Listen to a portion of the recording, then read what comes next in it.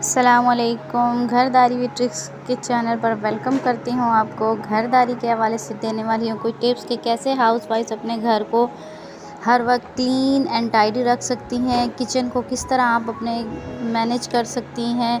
साथ में आप कुकिंग करें तो साथ साथ कौन से काम हैं जो आपको कर लेने चाहिए, जिससे ना तो आपको कोई टेंशन होगी, ना ही किसी किस्म का कोई डिप्रेशन होगा। और हाउसवाइफ को किस तरह के डिप्रेशंस का सामना करना पड़ता है, किस किस्म की टेंशन का सामना करना पड़ता है, वो आज हम इस वीडियो में डिस्कस करने लगे हैं। तो चलिए वीडियो को प्रॉपर शुरू करते हैं। साथ में बना रही हूँ शामी कबाब। शामी कबाब की भी बिल्कुल इजी सी रेसिपी आपको देने वाली, क्योंकि शामी कबाब जो है बहुत टाइम टेकिंग काम है। अगर आपके पास वो इलेक्ट्रिक चॉपर वगैरह ना हो तो बहुत इस पर वक्त और मेहनत लगता है। तो आपको देने वाली हूँ कुछ आसान सी रेसिपी इसकी, तो वीडियो को एंड तक देखिएगा। और देने लगी हूँ साथ ही आपको कुछ टिप्स और ट्रिक्स घरदारी के हवाले से, जो आपकी डेली लाइफ को बना देंगे बहुत ही आसान। तो चलिए शुरू करते हैं। ये गोश्त मैंने रखा है प्रेशर कुकर में, क्योंकि गैस का बहुत इशू है, गैस जल्दी चली जाती है, तो जल्दी इसको फटाफट हमने निपटाना है सारे काम को। किचन साफ़ करने के साथ साथ ही मैं अपनी हांडी का जो काम होता है वो कर लेती हूँ सुबह, क्योंकि 9 बजे चली जाती है गैस। और शामी कबाब तो बहुत टाइम लेते हैं, इसलिए इसका गोश्त गलने में और साथ ही दाल गलने में जो टाइम लगेगा उसमें मैं अपना किचन साफ़ कर लूँगी। तो एक वक्त में हो जाएंगे ये मेरे 2 काम। शामी कबाब का मसाला तैयार करते हुए इसमें आपने दालचीनी का इस्तेमाल थोड़ा ज़्यादा करना होता है, क्योंकि इसकी खुशबू सारे गरम मसाले जिसमें तेज़पत्ता, दालचीनी, लौंग और ज़ीरा ये मिकदार में थोड़े ज़्यादा डालने पड़ते हैं, क्योंकि इनकी खुशबू से बहुत अच्छा जायका आता है और शामी कबाब की खुशबू भी बहुत बढ़ जाती है। साथ में डाल रही हूँ प्याज और लहसुन। अब हम इसको रख देंगे प्रेशर कुकर को 15 से 20 मिनट तक की विसल पे, और 20 मिनट बाद देखेंगे कि हमारा गोश्त 80% तक गल चुका है। अब हम इसमें डाल देंगे दाल और मज़ीद इसको 10 मिनट तक विसल देंगे, और हमारा गोश्त भी मुकम्मल गल जाएगा, साथ ही हमारी दाल भी गल जाएगी और पानी भी हमारा बिल्कुल बराबर रह जाएगा। अच्छा जी, तो कुछ घरदारी के हवाले से आपको टिप्स देनी थी, वो भी आपको दे देती हूँ साथ साथ। अक्सर जो हमारी हाउसवाइफ होती हैं मेरी तरह, बच्चे जिनको देखने होते हैं, साथ में घर को मैनेज करना होता है, उन बाहर से देखने वालों को तो ये बहुत आसान काम लगता है, लेकिन ये एक बहुत टफ़ रूटीन है जिसमें तो छुट्टी का तो उसमें सवाल ही पैदा नहीं होता। हर वक्त बच्चों के साथ लगे रहना, घर को मैनेज करना, कुकिंग करना, सफाइयाँ सुथराइयाँ, तो बहुत आसान टिप है। इसके लिए आप पहला काम ये करें ना कि आप अपने माइंड को रिलैक्स रखें, किसी भी काम को अपने जहन पर सवार ना होने दें। घर को साफ़ करना है तो उसको हर चीज़ की एक प्रॉपर जगह बनाएं, उसको वहीं पर रखें। अब देखें, मैं आपको कुछ क्लिप्स अपने घर के दिखा रही हूँ। यहाँ पर मैंने सफाई नहीं की हुई, लेकिन फिर भी मेरा घर अल्हम्दुलिल्लाह क्लीन लग रहा है, क्योंकि मैंने चीज़ों को प्रॉपर उनकी जगह पर रखा हुआ है। सुबह जब उठें कोशिश करें कि एज़ सून एज़ पॉसिबल आप अपने बेड को क्लीन कर दें, बेड शीट को सही कर दें। सोफ़ों पर या जो आपका लिविंग रूम है वहाँ पर जो आपकी एक्स्ट्रा चीज़ें पड़ी हैं वो एज़ सून एज़ पॉसिबल उठा दें।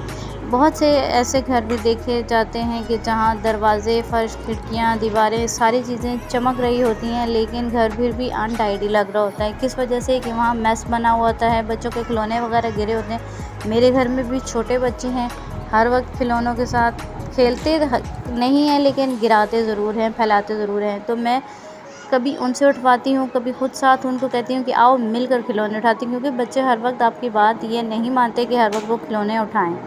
तो आप कभी उनसे कहें वो उठाएं, कभी आप खुद उठाने शुरू करें और उनसे कहें कि आओ बेटा ये सफाई करते हैं।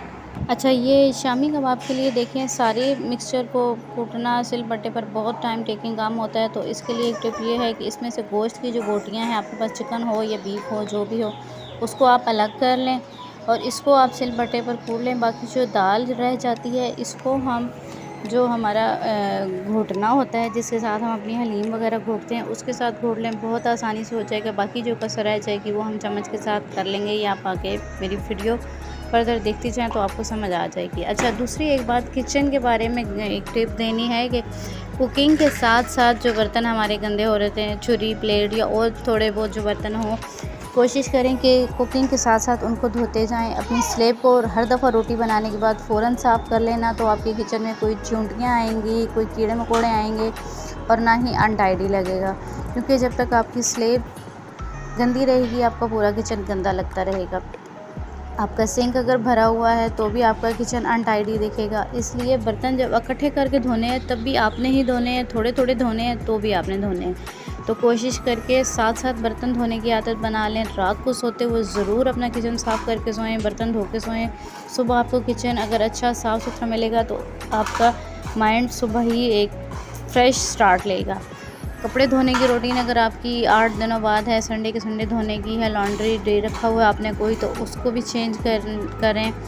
हफ्ते में 2 दफ़ा 3 दफ़ा अगर आप कपड़े धो लें तो इससे ना तो आपकी जो थकावट होती है वो होगी बहुत ज़्यादा और ना ही आपका टाइम लगेगा। इसलिए हफ्ते में 2 से 3 दफ़ा अगर वॉशिंग मशीन लगाकर कपड़े धो लिए जाएँ तो बहुत सारा टाइम भी बच जाता है और माइंड भी रिलैक्स रहता है कि हाय कपड़े इतने हो गए, हाय कपड़े इतने हो गए। ये एक बहुत बड़ी टेंशन है और यही टेंशन है, ये आज क्या पकाएं, ये सफाई नहीं हुई, यही टेंशन है जो हमारे लिए डिप्रेशन बन जाती हैं हमारी हाउसवाइफ्स जो होती हैं। तो इन छोटी छोटी बातों को इग्नोर मत करें, यही आपकी ज़िंदगी को आसान बनाती हैं। अपने घर को टाइडी लुक देने के लिए इन टिप्स को फॉलो करें। इसके साथ ही ये मेरा कबाब का मिक्सचर तैयार हो चुका है। तो थोड़ा सा ये मुझे ढीला मालूम हो रहा था, तो इसकी टिप ये है कि अगर आपका शामी कबाब का मिक्सचर थोड़ा ढीला हो जाए तो इसमें आप थोड़े से ब्रेड क्रम्स शामिल कर दें या फिर आप इसको फ्रिज में रख दें। ठंडा होने पर भी ये अच्छा खासा थिक हो जाता है। तो अगर उस तरह काम ना बने तो फिर आप थोड़ा सा इसमें डाल सकते हैं ब्रेड क्रम्स। और अगर बहुत ज़्यादा सख्त हो जाए फ्रिज में रखने से आपको उस वक्त कबाब बनाने का टाइम ना मिले तो फिर आप इसमें एक अदद अंडा और डाल दें, उससे ये थोड़ा नरम और ढीला हो जाता है। इसकी लुक भी मैंने थोड़ी चेंज करती थी शामी कबाब की, जो कि बहुत अच्छी लग रही थी। थोड़े से लुक चेंज करने से चीज़ बड़ी खूबसूरत लगती है। आप भी ये लुक ज़रूर ट्राई कीजिएगा। इस दफ़ा मैंने नगेट्स वाली लुक दी थी और थोड़े से ये राउंड शेप में भी बनाए थे। नगेट्स से याद आया कि मेरे चैनल पर नगेट्स की बहुत आसान रेसिपी और बहुत बजट फ्रेंडली नगेट्स मैंने बनाए थे, यानी बिल्कुल आधा किलो चिकन से ढेर सारे नगेट्स मैंने बनाए थे। उसकी रेसिपी मेरे चैनल पर मौजूद है। आप चैनल को सब्सक्राइब करके वीडियोज़ वाले सेक्शन में जाकर अपनी पसंद की वीडियो देख सकते हैं। बहुत सी रेसिपीज़ हैं जो मैंने टिप्स और ट्रिक्स के साथ बनानी बताई हैं, जिससे आपकी टाइम की बचत होगी और बहुत आसानी से बन जाएंगी। वीडियोस को देखिएगा, उनको ट्राई कीजिएगा और मुझे फ़ीडबैक देना बिल्कुल भी नहीं भूलना है। आपने